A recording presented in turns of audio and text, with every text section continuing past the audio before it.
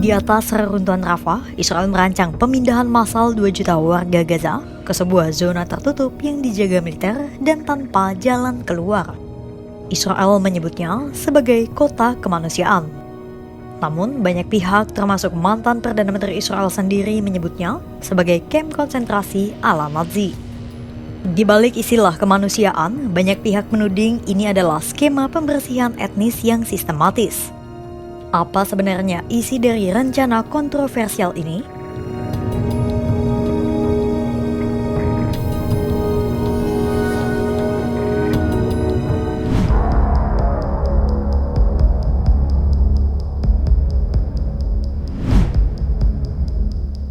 Gagasan soal relokasi warga sipil Gaza sebenarnya sudah santer terdengar sejak tahun 2024. Namun, ide konkret soal kota kemanusiaan di Rafah baru tersebar ke publik pada awal Juli 2025. Rencana ini menguat usai pejabat Israel mengangkat soal kota kemanusiaan dalam rapat Kabinet Keamanan Israel. Menteri Pertahanan Israel, Israel Katz, memerintahkan militer untuk mempercepat rencana itu. Kota kemanusiaan dicanangkan akan dibangun di atas reruntuhan kota Rafah di Gaza Selatan yang sebelumnya dihancurkan oleh serangan militer Israel. Padahal, dilihat dari citra satelit per 4 Juli 2025, sekitar 28.600 bangunan di Rafah telah runtuh menjadi puing-puing. Namun dalam beberapa pekan terakhir, militer Israel terus meratakan sejumlah gedung di wilayah ini, seolah mengisyaratkan rencana pembangunan kamp itu segera dilakukan. Lokasi Rafah yang terletak di perbatasan Mesir ini menjadikannya titik strategis dan potensial untuk emigrasi massal. Israel berdalih kota ini akan menjadi zona aman bagi warga sipil Palestina dan menjadi solusi dasar bagi berbagai permasalahan distribusi bantuan dan layanan dasar. Skemanya dimulai dengan memindahkan sekitar 600.000 warga Gaza yang kini berada di tenda-tenda pengungsian Al-Mawasi. Kedepannya, zona ini akan menampung semua populasi Gaza yang berjumlah 2,1 juta jiwa. Warga yang masuk akan melalui proses pemeriksaan ketat dan dilarang keluar setelah berada di dalam kota kemanusiaan. Organisasi internasional disebut boleh melakukan penyaluran bantuan melalui kota kemanusiaan ini. Sementara itu, pasukan Israel akan mengamankan area dari luar. Proyek ini diperkirakan membutuhkan 4 miliar dolar Amerika Serikat atau sekitar 65 triliun rupiah. Rencana ini digagas dan didukung oleh sejumlah menteri sayap kanan Netanyahu. Menteri Pertahanan Israel, Israel Katz, diduga menjadi salah satu penggagas rencana ini.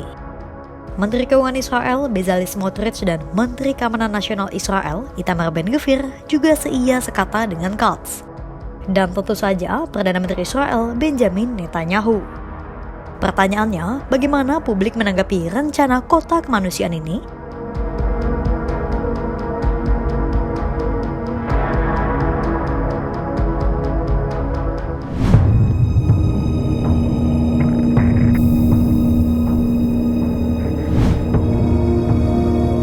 Kritik datang dari mantan Perdana Menteri Israel, Ehud Olmert, yang menjabat pada tahun 2006 hingga 2009. Kritik Olmert cukup keras. Olmert menyamakan kota kemanusiaan gagasan Menteri Sayap Kanan Israel sebagai kamp konsentrasi ala Nazi. Olmert menyebut rencana ini tak ada bedanya dengan upaya pembersihan etnis. Olmert menegaskan rencana kota kemanusiaan bukan cara untuk menyelamatkan warga Gaza, melainkan untuk tanda kutip membuang mereka.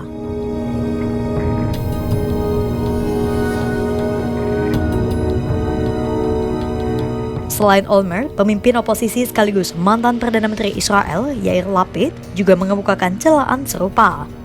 Sama seperti Olmert, Lapid menyamakan rencana kota kemanusiaan Israel sebagai kamp konsentrasi Nazi.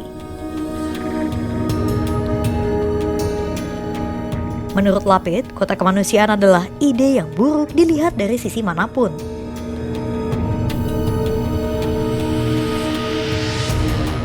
Tak heran kedua mantan Perdana Menteri Israel itu menyebut kota kemanusiaan sebagai kamp konsentrasi atau penjara terbuka. Pasalnya, kota kemanusiaan itu berpotensi memusatkan penduduk Gaza di wilayah tertutup, membatasi mobilitas warga, dan bisa menghapus identitas serta hak warga sipil. Rencana ini dianggap menjadi langkah awal pembersihan etnis karena adanya dorongan untuk membuat para warga Gaza keluar dari Gaza secara sukarela. Selain kedua tokoh politik Israel itu, rencana kota kemanusiaan juga menuai amarah dari PBB dan organisasi turunannya, serta komunitas internasional.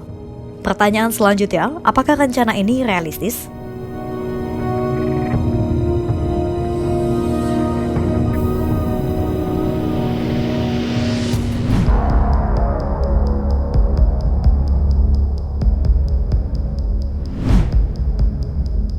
Rancangan kota kemanusiaan dipaparkan oleh petinggi militer Israel dalam rapat Kabinet Keamanan pada Minggu 13 Juli 2025. Di satu sisi, mereka mempresentasikan rancangan kota kemanusiaan yang berpusat di Rafah di hadapan para menteri Netanyahu. Namun di lain sisi, mereka juga memperingatkan pejabat Israel soal rencana ini. Mereka menyebut bahwa rencana itu akan memakan waktu berbulan-bulan, bisa 3-5 bulan, atau bahkan 1 tahun. Para pejabat militer khawatir pembangunan kota kemanusiaan itu hanya akan membahayakan negosiasi pembebasan sandera dan gencatan senjata yang sedang berlangsung. Selain itu, militer Israel juga mempertimbangkan soal implikasi terhadap hukum internasional, masalah logistik, sanitasi, dan penyediaan perawatan medis. Selain problematik, rencana kota kemanusiaan ini juga mahal. Proyek ini diperkirakan membutuhkan 4 miliar dolar Amerika Serikat atau sekitar 65 triliun rupiah. Mahalnya proyek ini juga menjadi sasaran kritik Yair Lapid yang menyebut uang tersebut lebih baik digunakan untuk pendidikan maupun pengembangan dalam negeri.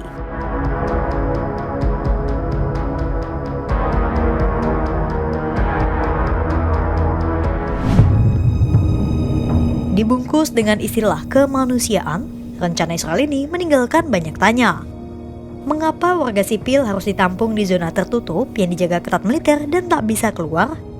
Mengapa juga pemindahan massal dibungkus dengan label sukarela jika kenyataannya tak ada pilihan lain? Di tengah perang yang belum berakhir dan pengungsi yang makin banyak, rencana ini tampaknya bukan jawaban atas krisis, melainkan babak baru dari krisis itu sendiri. Sebuah kota yang dibangun di atas reruntuhan dengan aroma pemaksaan dan pengusiran. Kota kemanusiaan atau kamp konsentrasi modern, hanya sejarah yang akan menilainya. Untuk itu, pantau terus perkembangannya hanya di kanal YouTube Kompas.com.